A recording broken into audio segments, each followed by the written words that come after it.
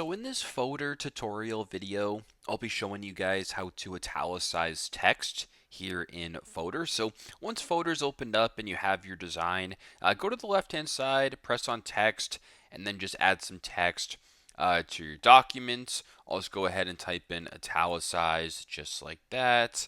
I will then make it a little bit larger so it's easier for you guys to see. So the simplest way to italicize is just press on the text right here, open up this top bar. Where there's this I that's slanted or it says italic, or you can go ahead and press Command I as well. Simply go ahead and press that, and then your text will be italicized. If you want to undo it, do the exact same thing. And you can kind of go back and forth this way in regards to italicizing or making your text italic. So very simple, very straightforward. That's how you guys can italicize text here on Fotor. Thanks again for watching, and I hope this video helps.